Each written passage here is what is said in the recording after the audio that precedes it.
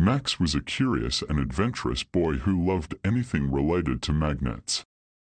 He spent hours playing with magnetic toys, experimenting with different materials, and learning about the properties of magnetism. One day, while playing with his favorite toy magnet, Max suddenly felt a strange sensation in his body. He felt a pulling force from the magnet, and to his surprise, he realized that he was no longer just attracted to magnets, he had the ability to magnetize anything he touched. Max was amazed by his newfound ability and decided to explore it further. He discovered that he could magnetize any object he touched, making it a magnet itself.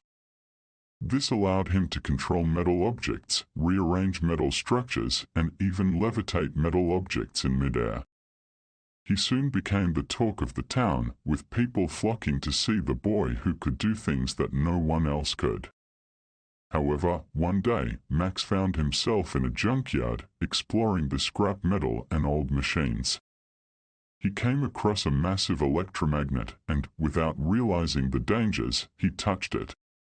The electromagnet was too powerful for Max to handle, and he became stuck to it, unable to move. As time went by, Max noticed that he was merging with the electromagnet, and he found himself becoming a part of the machine.